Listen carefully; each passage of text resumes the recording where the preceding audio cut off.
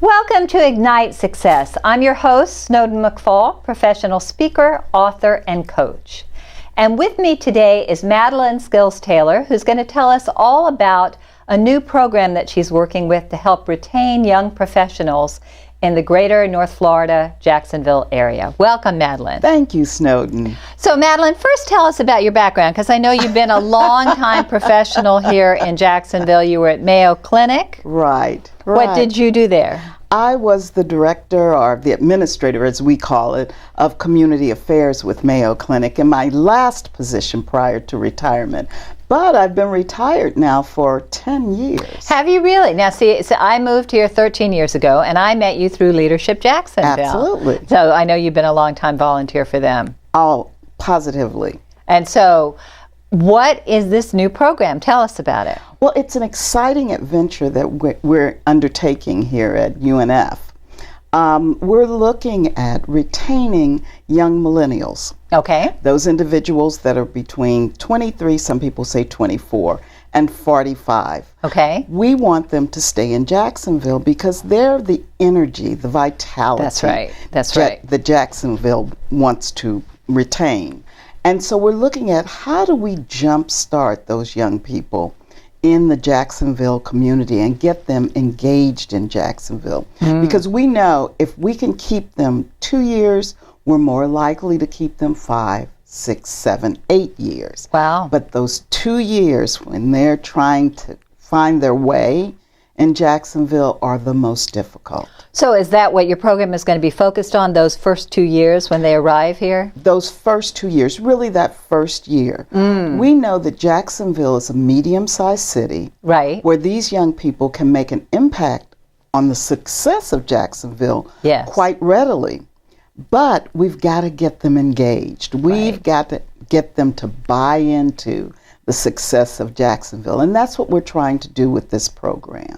So are you working in concert with Impact Jax in the Chamber, the Young Professionals organization there?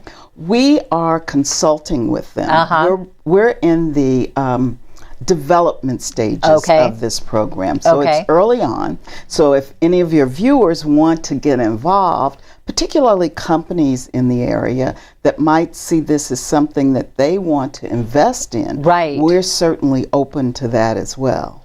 Because obviously, you know, in our community, your workforce in the future is going to come from these young professionals, these young millennials. Yes, it is.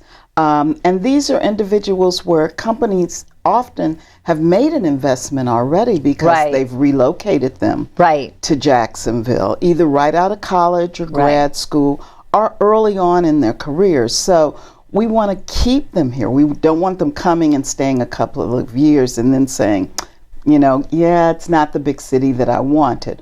We want them to see that they can make a difference. So we want to get them engaged either in civic organizations, business organizations, or in volunteer opportunities, interests that they might have. Well, and all the research, I was just reading another article about that this weekend, all the research about millennials is they do care about their community. They want to make a difference.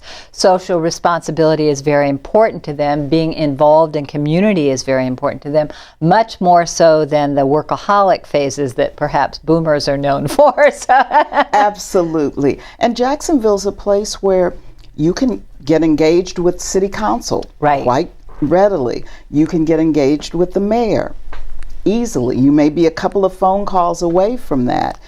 That's not the case in some of the larger cities like Chicago or New York or even Charlotte. But here in Jacksonville, people want to see these young people stay in our city, and they want to give them the opportunity to make a difference.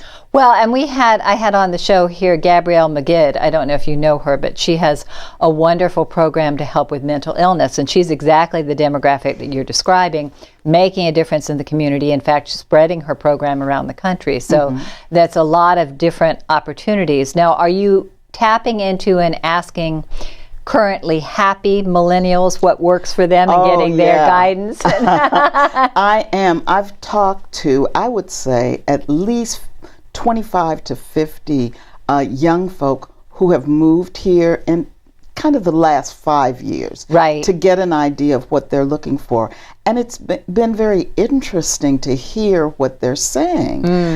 They like things about Jacksonville in that, you know, you can have a resort feel in Jacksonville by living at the beach. Right. You can have a big city feel by living downtown. Right. Or you can live in Mandarin and have a suburban feel. Right. Or Riverside. Right. And have a more urban feel. That's right. So they like that idea. But they find that while we're a warm city, we're so large that there's not what I call the watering holes. Yes. Places where young people can gather and get connected to other young people. So we have to help them to find those ways to connect. So what is the best way for people to reach out to you for this program if they're interested in being a corporate supporter or participation? How would you like them to contact you? I would suggest that they contact University of North Florida in their continuing education program, so because that's where it will reside. Okay, so through Dr. Edith Abdullah? Through Dr. Abdullah. Wonderful, because she was on our show not too long ago. That's wonderful. And then, are there any specific messages you have, one last parting message you might have for millennials who are on the fence about staying here?